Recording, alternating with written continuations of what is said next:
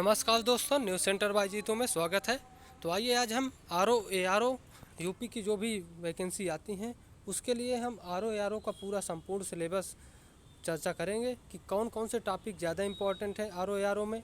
और सिलेबस के अनुसार यदि हम पढ़ाई करेंगे तो ज़्यादा हमारे चांसेस बनते हैं। तो संपूर्ण सिलेबस को आज हम चर्चा करेंगे। तो देखते हैं सबसे पहले UP R O syllabus.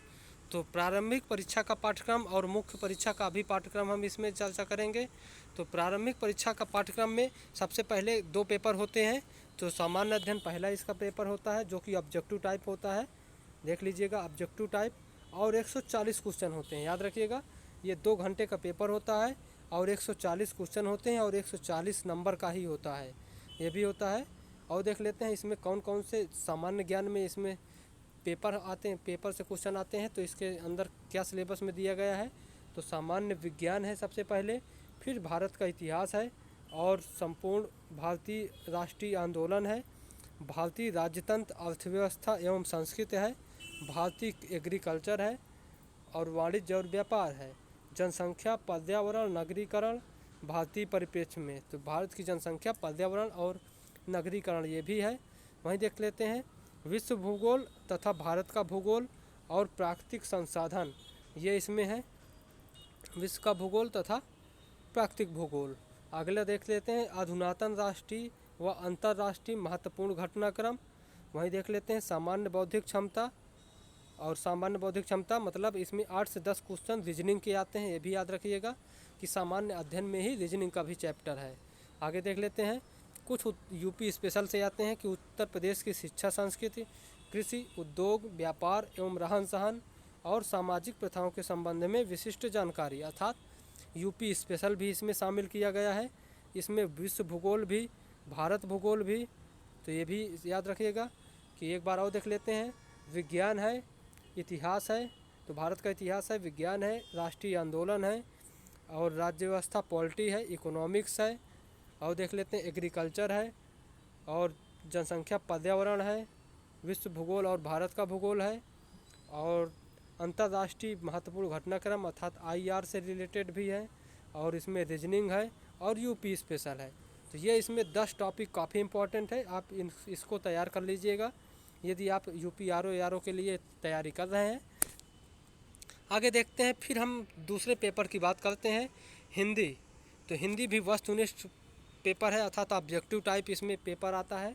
60 question होते हैं हिंदी के, 1 घंटे का टाइम दिया जाता है, जिसमें देख लेते हैं कौन कौन से टॉपिक हैं। सबसे पहला है इसमें विलोम पूछे जाते हैं, वाक्य एवं वर्तनी शुद्ध पूछा जाता है, अनेक शब्दों के लिए एक शब्द पूछा जाता है, और तत्सम एवं तद्भव शब्द पूछे जाते हैं, और विशेषण और विशेष शब्द पूछे जाते हैं, और पर्यायवाची शब्द इसमें पूछे जाते हैं। तो सामान्य ज्ञान और व्याकरण इसमें हिंदी का एक घंटे का पेपर होता है, जिसमें हमें 6 टॉपिक के क्वेश्चन पूछे जाते हैं।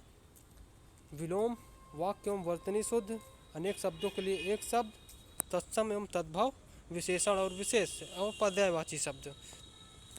तो ये सारे 10-10 क्वेश्चन होते हैं, ये भी याद रखिएगा।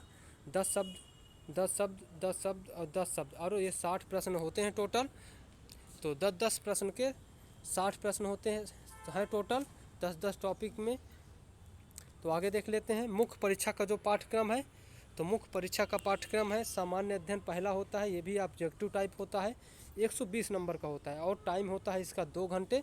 तो मेंस जो है इसका होता है, मेंस में भी सामान्य अध्ययन होता है, जिसमें ऑब्जेक्टिव टाइप क्वेश्चन होते हैं, और ये 120 नंबर का होता है।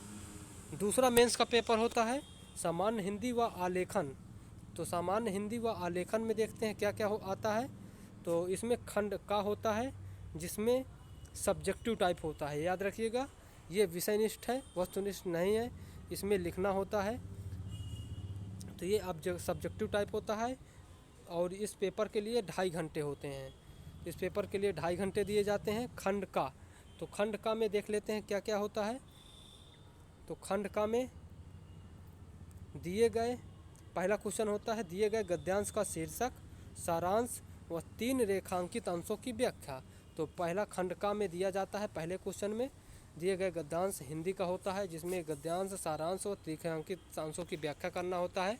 और ये 21 नंबर का होता है। ये भी काफ़ी ईजी पेपर होता है, क्योंकि ये ऐसा हमने पढ़ चुका है कक्षा 11 या 12 में कि गद्यांश की व्याख्या कैसे करना है। तो ये वैसा ही सेम है, इस 21 नंबर का है। आगे देख लेते हैं।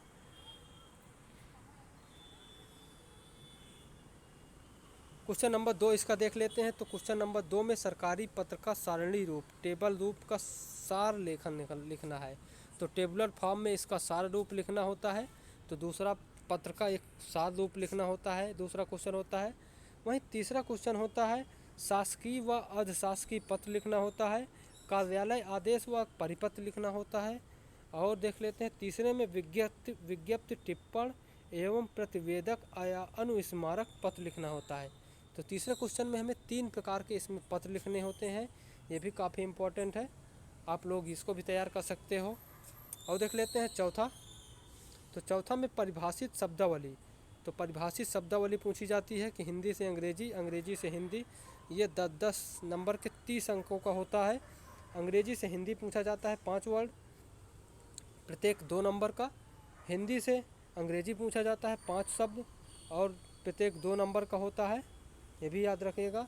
और मुहावरे और लोकोक्तियाँ 5 पूछी जाती हैं, ये भी 2-2 नंबर का होता है, ये भी 10 नंबर का टोटल होता है। आगे लिखते हैं खंड 2 होता है जो। तो खंड 2 में सामान्य ज्ञान एवं व्याकरण वस्तुनिष्ठ होता है, सब्जेक्टिव टाइप होता है। ये आधा घंटा इसमें मिलता है। तो आधा घंटा में 6 शब्द इसमें विलोम के होते हैं और वाक्य तथा शुद्ध वर्तनी के 6 शब्द होते हैं। तो टोटल इसमें कितने शब्द होते हैं? 60। तो 60 शब्द इसमें होते हैं, आधा घंटा के लिए टाइम मिलता है। वहीं देखते हैं हिंदी निबंध। हिंदी निबंध तीसरा इसका टॉपिक है, हिंदी निबंध। तीसरे नंबर पे आता है हिंदी निबंध, जिसके लिए 3 घंटे हमें मिलते हैं। तो हिंदी निबंध के लिए हमें 3 घंटे दिए जाते हैं टोटल। और इस प्रश्न पत्र के अंतर्गत 3 प्रश्न होंगे। प्रत्येक प्रश्न के एक शीर्षक खा गा का चयन करते हुए दी गई शब्द सीमा में कुल 3 निबंध लिखने होंगे। तो याद रखिएगा 3 निबंध होंगे, प्रत्येक में हमें 1 लिखना होता है। 3 निबंधों में चयन करते हुए हमें एक शीर्षक का निबंध लिखना होता है। देख लीजिए, पहले नंबर पे 3 है, 1 इसमें से चूज करना है। दूसरे नंबर पे 3 है, इसमें से 1 चूज करना है। और तीसरे नंबर पे 3 है, इसमें से 1 चूज करना है। तो इस प्रकार हमें 3 टॉपिकों में से एक निबंध लिखना होता है। टोटल हमें 3 निबंध लिखना होता है। तो इसलिए ये भी काफ़ी ईजी है, क्योंकि 3 घंटा है, अर्थात एक घंटे में यदि हम एक निबंध लिखेंगे तो हम आराम से 600 वर्ड लिख सकते हैं।